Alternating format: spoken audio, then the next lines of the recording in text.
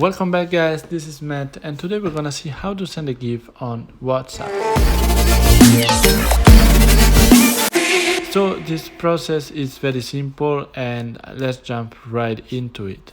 So the first thing is obviously you need to open WhatsApp and start typing something, but before you actually type something you wanna click on this icon in the text editor on the right of the text editor next to the camera icon.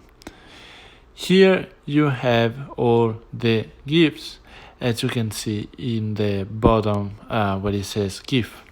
Now if we want to search for specific GIFs, what we need to do is click on the icon in the bottom left corner, and here we can put we can type any topic or kind of GIF that we want to look for. So let's say, for example, happy dog, and you're gonna have all the GIFs related to that keyword or the phrase that you look for.